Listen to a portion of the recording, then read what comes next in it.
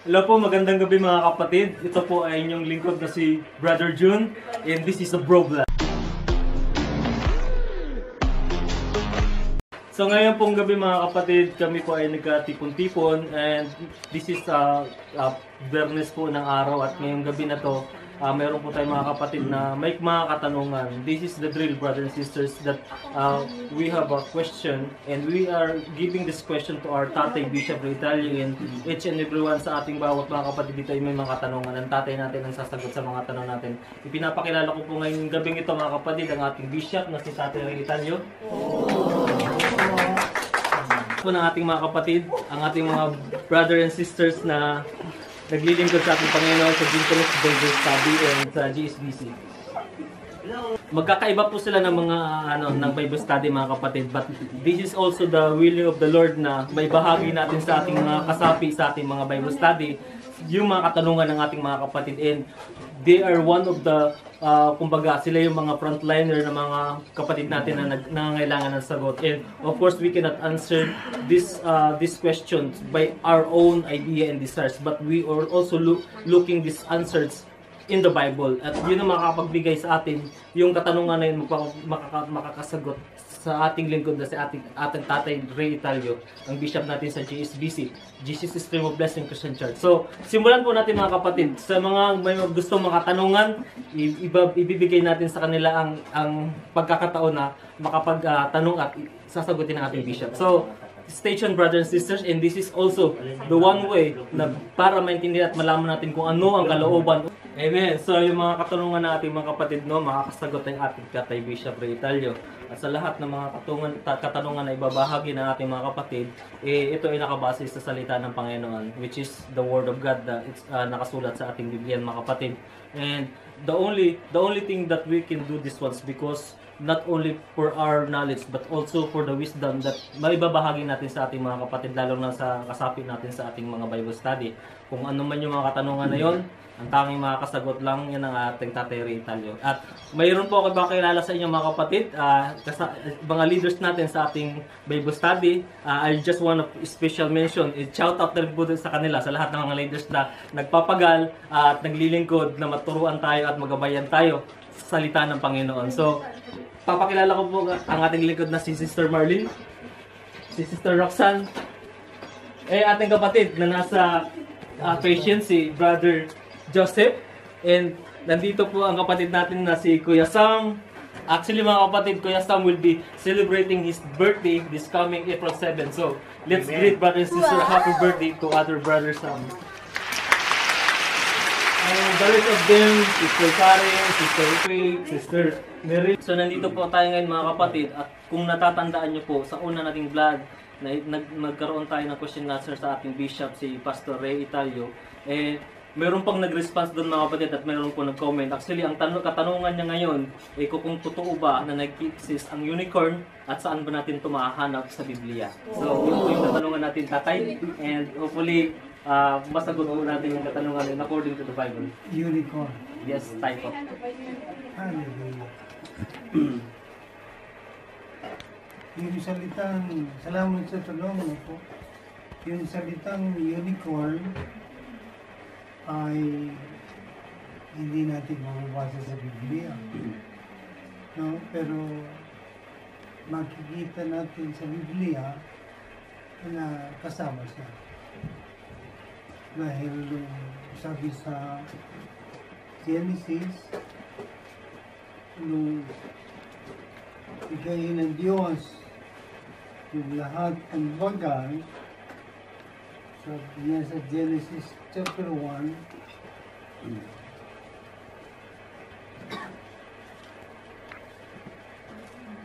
okay, sabi na rito, sabi niya sa verse, ayan, verse 10. God called the dry ground land, and the gather water he called sea, and God saw that it was good. Then God said, let the land produce vegetation.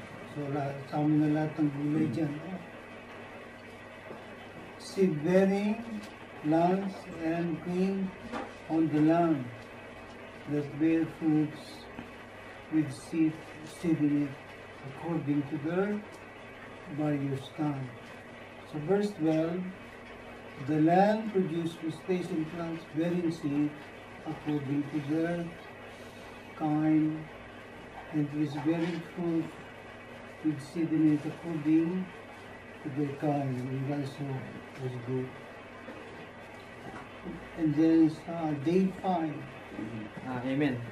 In Genesis chapter 1 verse 24, it said, and God said, let the land produce living creatures according to their kinds, the livestock, the creature that move along the ground, and the wild animals, each according to its kind. And it was so. In 25, God made the wild animals according to their kinds, the livestock according to their kinds, and all the creatures that move along the ground according to their kind. Kasama ba yung unicorn dyan? Amen. So actually, yung unicorn na sinasabi, mga likhang isip na lang yung unicorn kasi mga kabayong may ano yun may sungay. Pero literally speaking, wala naman tayong makikita sa mundo. Yung mga kakang isip lang. Meron ba nakakita sa inyo yung unicorn? Kasi yung unicorn, kabayong may sungay na isa, wala pong gano'n. Amen. Yung kinuha lang sa horoscope. Amen. Pero kung ayaw pang pag-uusapan, kaya natin kinuha yung Genesis ng likhain ng Diyos yung mga hayop. Eh lahat ng hayop na nakikita ng mata, lahat po yan ay nilikha ng Diyos sa pasimula pa. So, hindi na binanggit na isa-isa yung mga pangalan dahil kahit tayo sa Pilipinas lang, maraming mga hayop sa atin na hindi pa rin natin alam yung pangalan. Kasi napakarami yan. Amen. So, sa nagtanong, nasagot na po natin kapatid. Shoutout po sa ating kapatid na si Brother Neil.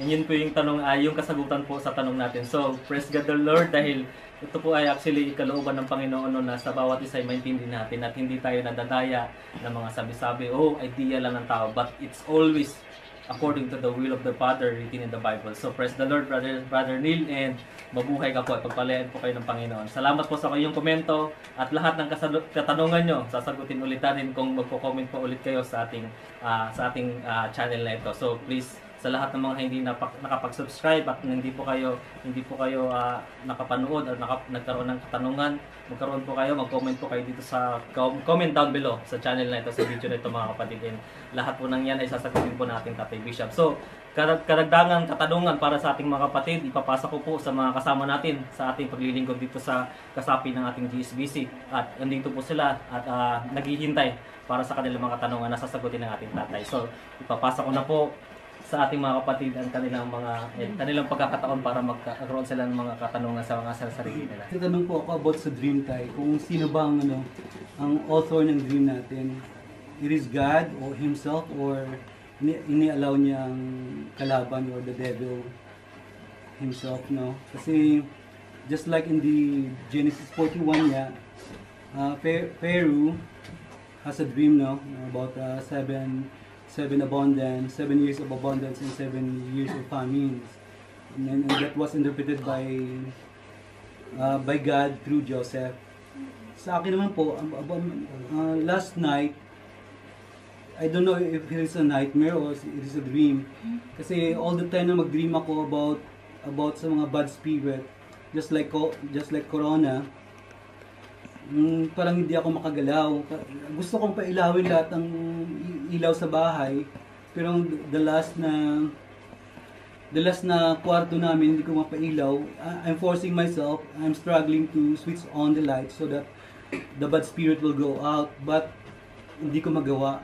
Saka ginising nila ako ng kasama kong nurse na I was have a bad dream. I'm struggling, like I'm dying. But now I'm still here. Yan lang po tayo. Okay. Merong dalawang klase ang panaginip. Pagbabasa yung Ecclesiastes chapter 5 mula verse 10. Chapter 5, verse 3. A dream comes when there are many cares, and many words mark the speech of a fool. When you make a vow to God, do not delay to fulfill it. Pakibasa na ulit sa taas. A dream, A dream comes when there are many cares. ayun. Pagka maraming worry, meron na tao sabi ng Bible, isang nagiging dahilan yun kaya may mga napapalikinita ng tao. Lalo na pag pagod sila, exhausted ang katawan, sabi ng Bible, yun ang isang cause ng dream. Another, doon sa Numbers chapter 12, ibasa. Verse chapter 12, verse 1. Miriam and Aaron began to talk against Moses because of his Cushite wife, for he had married a Cushite. Has the Lord spoken only through Moses? They asked. Hasn't he also spoken through us? And the Lord heard this. Now Moses was a very humble man, more humble than anyone else on the face of the earth. At once the Lord said to Moses and Aaron and Miriam, "Come out to the tent of meeting, all three of you." So the three of them went out. Then the Lord came down in a pillar of cloud. He stood at the entrance to the tent and summoned Aaron and Miriam. When the two of them stepped forward, he said, "Listen to my words. When there is a prophet among you, I, the Lord, reveal myself to them in visions. I speak to them in dreams. But this is not true of my servant Moses. Yeah. He is faithful in all my house." Amen. Salamat din. So, makita natin na ang Diyos din nangungusap siya sa panaginip. Minsan sa vision. Ano yung vision? Yung vision ay hindi katulog. Nakakita ka ng mga pangitangin na minsan biglaan,